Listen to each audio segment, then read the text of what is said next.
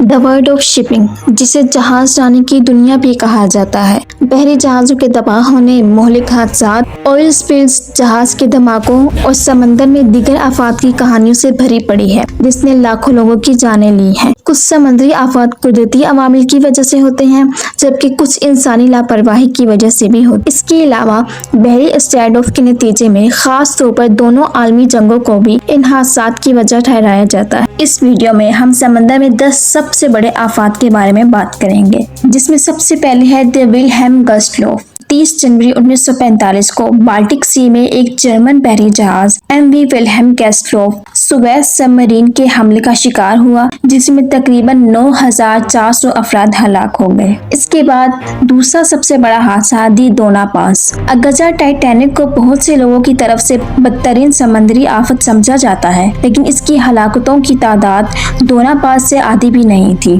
یہ حادثہ 20 دسمبر 1987 کو ہوا، جب ڈونا پاس منیلا کے لیے لیٹے جزیرے سے روانہ ہوئی۔ رات 10:30 پر جب زیادہ تر مسافر سو رہے تھے، یہ پیٹرول اور پیٹرولیم مصنوعات کے فلیمیبل کارگو سے لدے ایک آئل ٹینکر سے ٹکرا گیا، جس کے نتیجے میں 4386 افراد ہلاک ہو گئے۔ اس کے بعد RMS ٹائٹینک۔ ٹائٹینک کی کہانی سب کو معلوم ہے۔ یہ لگژری جہاز، جسے ڈوبنے کے قابل نہیں سمجھا جاتا تھا، ساؤتھ ایمپٹن سے نیو یارک تک اپنے پہلے سفر پر نارتھ اٹلانٹک کی گہرائیوں سے ملا۔ یہ حادثہ 15 اپریل 1912 کا ہوا، جب ٹائٹینک اپنے سفر کے دوران ایک آئس برج سے ٹکرا گئی اور صرف 2 گھنٹے اور 40 منٹ میں ہی ڈوب گئی، جس میں جہاز پر موجود 2224 مسافروں میں سے 1500 سے زیادہ کی جانیں گئیں۔ اس کے بعد PS جنرل سلوکم۔ یہ المناک واقعہ 15 جون 1904 کو پیش آیا، جب یہ جرمن امریکنز کو لوور ایسٹ سائڈ سے چرچ کی پکنک پر لے جا رہا تھا۔ یہ ایک پیڈل بوٹ تھی جو 1891 میں نیو یارک میں بنائی گئی تھی، جس میں تقریباً 1358 افراد سوار تھے، جس میں زیادہ تر خواتین اور بچے شامل تھے۔ اس کے بعد ٹویا مارو۔ ٹویا مارو ایک جاپانی فیری تھی جو تسوگارو اسٹریٹ کے پانی میں ڈوب گئی۔ اس کے ڈوبنے کا موازنہ اس وقت ٹائٹینک سے کیا گیا تھا، کیونکہ اس کی وجہ سے بہت زیادہ جانی نقصان ہوا تھا۔ یہ واقعہ 26 ستمبر 1954 کو پیش آیا۔ ایک سمندری طوفان کی وجہ سے فیری ڈوبنے سے تقریباً 1170 افراد ہلاک ہو گئے تھے۔ اس کے بعد RMS امپریس آف آئرلینڈ۔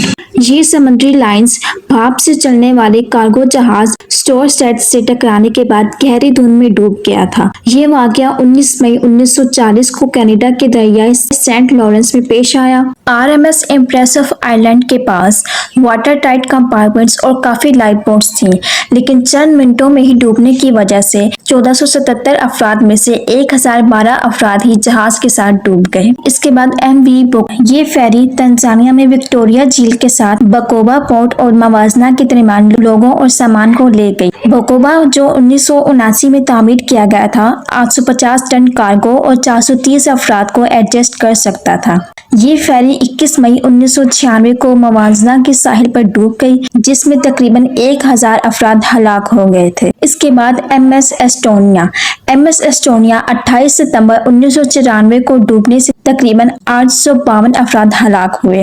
یہ فیری 27 ستمبر کو ایسٹونیا کی ٹالن پورٹ سے سویڈن کے اسٹاک ہوم کے لیے روانہ ہوئی۔ یہ 1979 افراد اور گاڑیوں کے ساتھ روانہ ہوا اور اسے اگلی صبح اپنی منزل پر پہنچنا تھا۔ اس کے بعد HMS بلوارک۔ رائل نیوی کا یہ جنگی جہاز 1914 میں انگلینڈ کے ایک بندرگاہی شہر شیرنس میں تعینات تھا، جس سے جرمنی کے حملے کا امکان تھا۔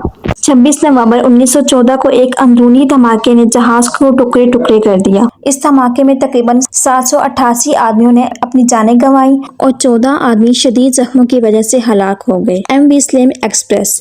یہ رورو مسافر فیری بحیرہ احمر کو عبور کرتے ہوئے طوفان میں پھنس گئی۔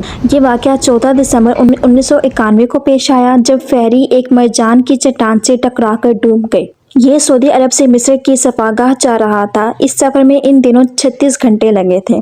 سلیم ایکسپریس میں 1256 مہمانوں، عملے کے 83 ارکان اور 145 گاڑیاں بیٹھ سکتی ہیں۔ اس کی کمانڈ کیپٹن حسن مورو نے کی تھی، جو بحیرہ احمر کے راستوں سے بخوبی واقف تھا۔ زیادہ تر مسافروں کا تعلق مصر سے تھا اور وہ مکہ سے واپس آ رہے تھے۔